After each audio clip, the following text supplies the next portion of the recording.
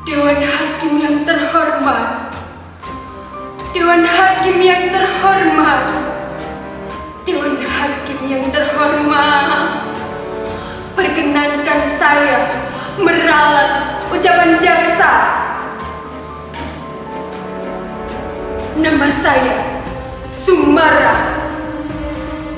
Menjadi budak, buruh dan babu sudah menjadi pilihan hidup saya. Bertahun-tahun saya menjilati kaki orang, merangkak dan hidup di bawah kaki orang. Bertahun-tahun saya tahan mulut saya lipat lidah saya agar tidak bicara, karena bicara berarti bencana bagi perut saya, perut Simbo, dan bencana pula bagi para majikan. Jadi tolong Dewan Hakim terhormat, kali ini izinkan saya bicara. Jangan ditanya dan jangan dipotong. Apabila waktunya berhenti, saya akan diam. Saya akan diam selamanya.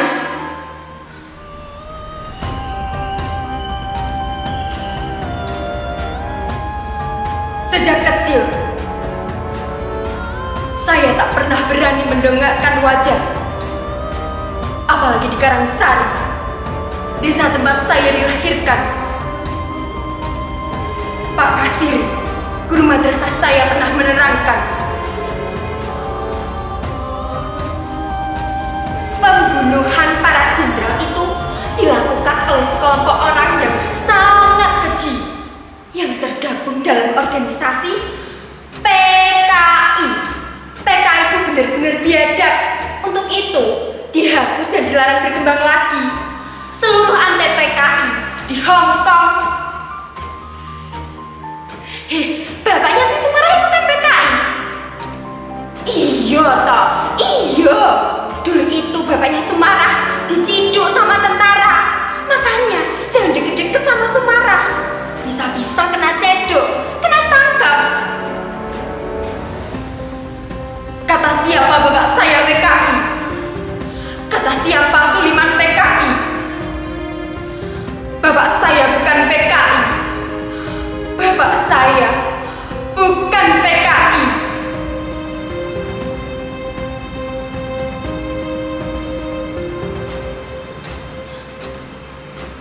Benar kata Simba. Seharusnya bapak itu gak usah jadi kelapa, gak usah jadi kusir andong, gak usah nyetor gula ke Denwasto. Lihat akibatnya. Bapak saya jadi ikut-ikutan diciduk setelah Denwasto diseret oleh tentara. Pak Hakim, kalau memang bapak saya bersalah, lantas apa iya saya, Simbah dan Simbo, harus menanggung dosa itu selamanya? Dikucilkan, dirampas hak-hak kami, selalu terjebak di dalam negeri sendiri.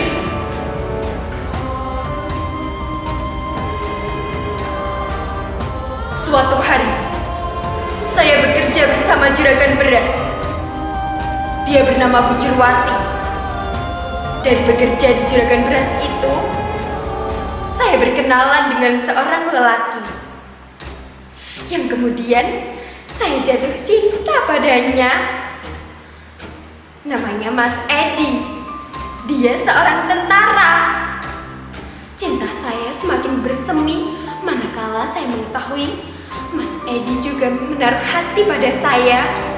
Rasanya hati saya melambung tinggi sekali. Tapi untuk kemudian kembali terjebak dan jatuh ke dalam jurang yang curam. Saya tak bisa menerima saya dengan Mas Edi. Saya tak bisa menikah dengan Mas Edi. Mas Edi teratur setelah mengetahui sejarah keluarga saya.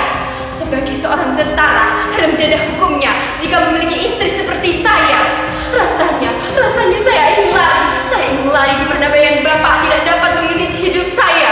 Akhirnya, melalui perantara seorang calo, saya mendaftar menjadi seorang TKW.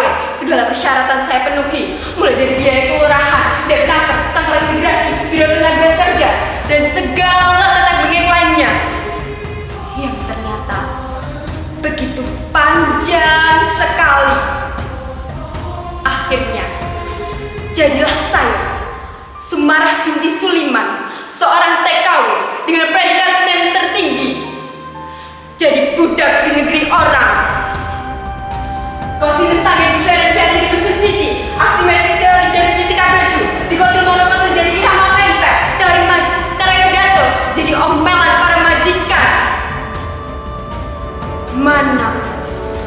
Mana cerita Pak Kasiri tentang pribadi bangsa Indonesia yang adil luhung ramah tamah gotong royong kekeluargaan? Mana? Nyatanya segalanya hanya bisa dibeli dengan uang. Segalanya hanya bisa dibeli dengan uang. Pak Hakim, saya pikir dengan menjadi seorang TKW, hidup saya bisa berubah. Saya pikir saya bisa bermetamorfosa dari ulat menjadi kupu-kupu yang indah. Tetapi ternyata Pak Hakim, ternyata Sumarah tetap saja kandas. Di balik jubah-jubah majikan saya, di balik cadar-cadar hitam majikan saya disiksa, gaji saya setahun hilang, dan saya Pak Hakim, saya diperkosa.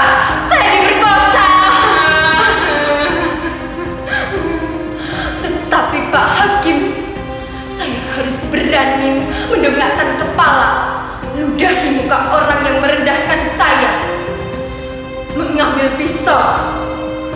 Kemudian saya hembuskan mata pisau ke jantung hatinya. Majikan itu saya bunuh. Dewan Hakim yang terhormat, inilah saya. Nama saya Sumarah. Saya siap mati.